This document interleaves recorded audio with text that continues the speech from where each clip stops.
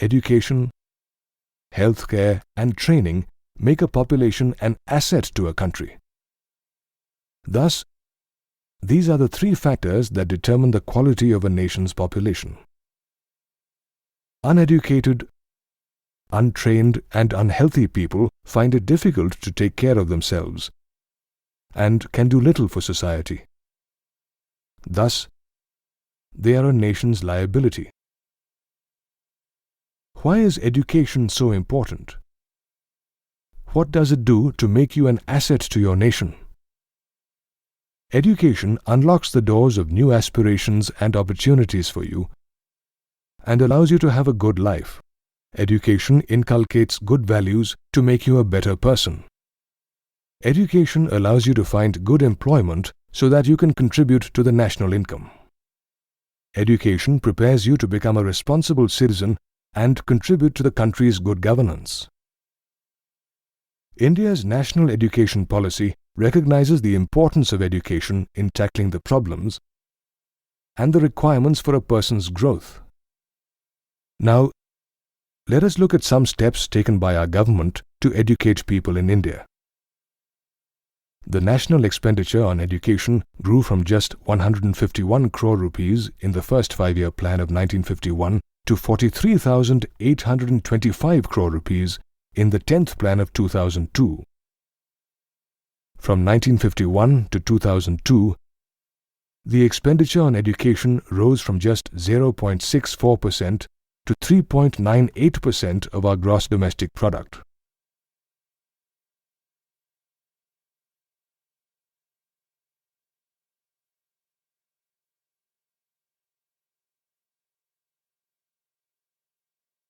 The government is in the process of establishing Navodaya Vidyalayas in every district of the country to provide universal access to education to all children with special emphasis on girls. The central government has also launched the Sarva Shiksha Abhiyan in partnership with the state and local governments. This is a time-bound initiative to provide free, compulsory elementary education to all children between 6 and 14 years of age by 2010.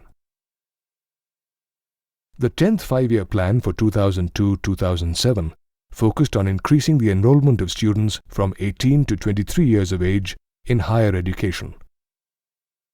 The 10th plan also aimed to combine formal, informal, and distance education to provide better access to education to students in all parts of the country.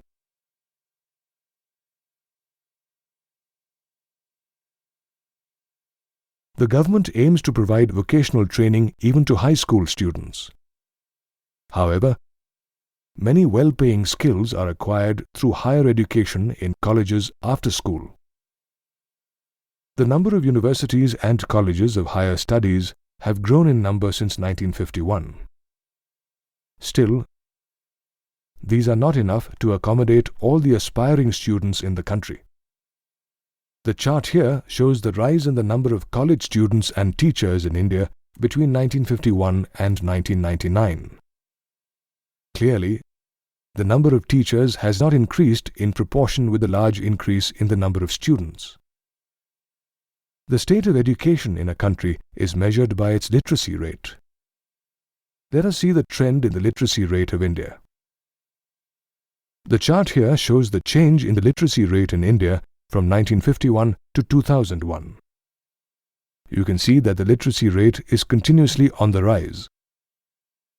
You can also see that the literacy rate is higher for the male population than for the female population. This is mainly due to the tradition of less emphasis on education of girls. Fortunately, this trend appears to be changing. People in urban areas are more literate than people in rural areas. Among the states, literacy rates range from 96% in some districts of Kerala to under 30% in parts of Bihar and Jharkhand.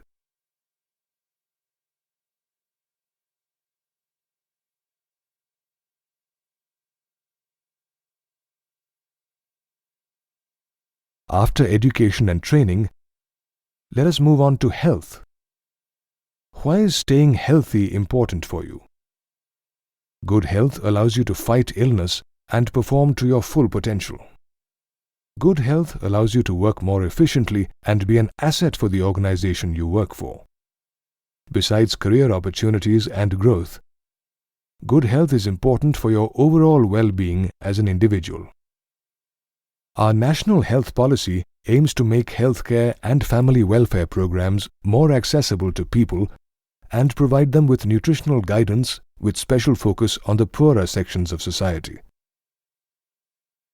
There has been a tremendous increase in the number of healthcare institutions in India in the past few decades.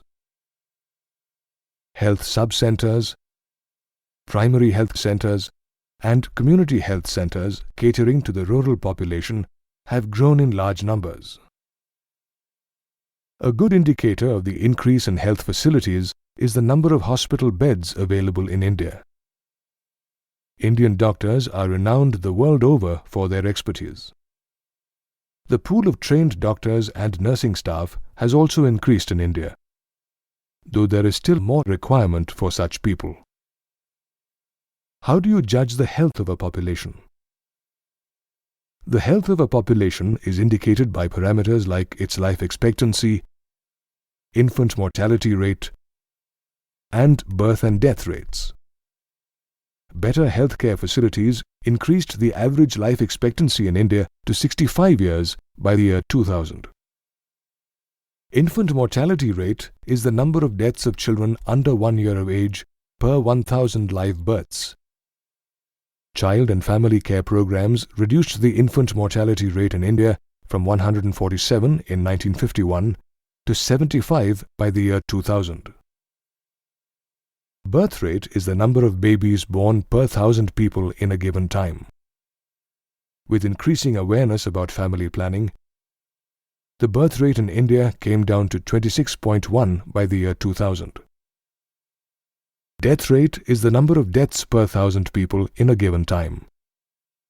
With better healthcare, the death rate in India decreased to 8.7 by the year 2000. Like education, healthcare facilities are also not uniformly distributed in India. For example, while the states of Karnataka, Andhra Pradesh, Tamil Nadu and Maharashtra have 81 out of the 181 medical colleges in India, the densely populated states of Bihar and Uttar Pradesh have very few.